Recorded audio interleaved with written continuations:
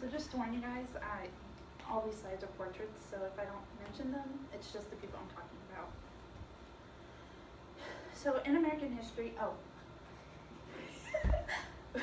You want to start over? No, it's good. In American history, we don't really get the chance to learn about people or events that happen outside of our country unless we're involved, which is kind of sad because a lot of interesting things happened in history and we'll never really learn about it. But today, I'm going to run you through Queen Mary of Scotland's life briefly because a lot happened. I'll take you through in kind of like 3 stages, her childhood and being crowned queen and her first marriage, leaving France and her second and third marriage, and her capture, death, and what led up to it.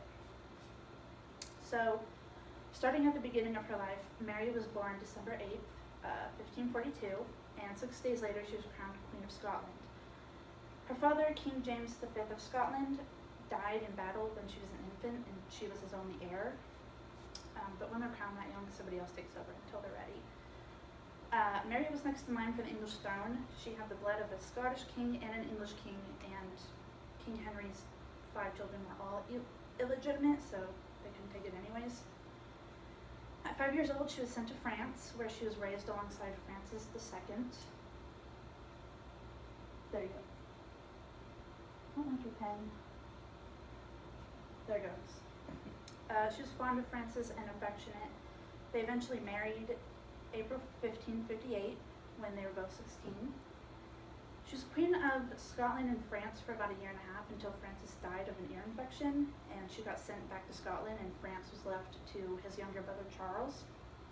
And like I mentioned, she was next in line for the throne, but she had competition with Queen Elizabeth of England. It lasted for decades, and Scotland started to eventually lean away from her because of religion and Catholic and Protestants and stuff like that. So her second marriage was supposed to strengthen her claim to the throne since her people were leaning away from her, but it really didn't do anything.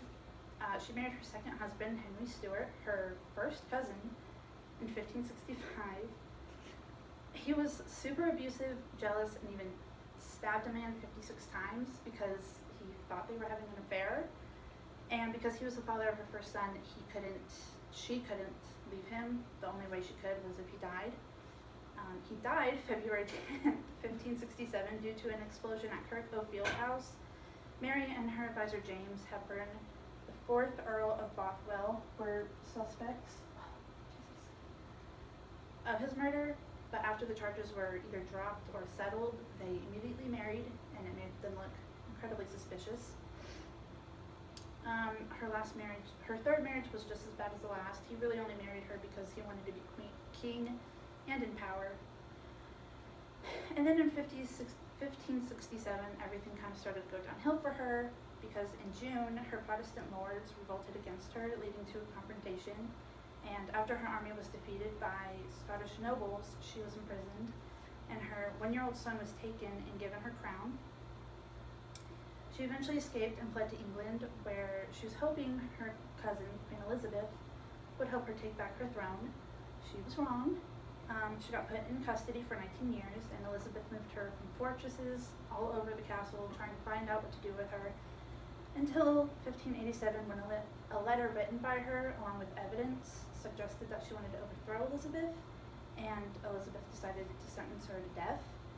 She was beheaded February 8th of 1587. She lived to be 44 years old, and it took 3 blows to the head to finally end it all. Yeah, it took a little bit longer. Back then, I think they considered it to be like a nicer way to go because hanging lasted longer.